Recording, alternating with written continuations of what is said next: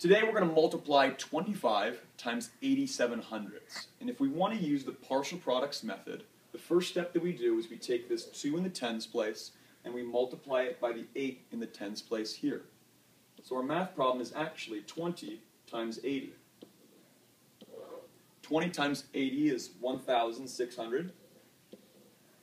And our next step is to take this 2 in the tens place and multiply it by the 7 in the ones place here. 20 times 7 is 140. Now we're done with this 2 in the tens place. We'll take the 5 in the ones place here, and we'll multiply it by the 8 in the tens place here. So our math problem becomes 5 times 80. 5 times 80 is 400. And lastly, we take the 5 in the ones place and multiply it by the 7 in the ones place. 5 times 7 is 35. Lastly, we add up our products. We have 5 ones, 7 tens, 11 hundreds, and now 2 thousands.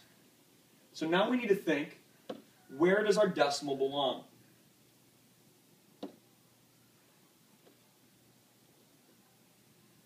We can take a look at our factors and we recognize that there are 2 digits that are behind decimal points. We know that we can now move our decimal point over 1, 2 spaces, and our answer is 21 and 75 hundredths. Or we can begin to estimate.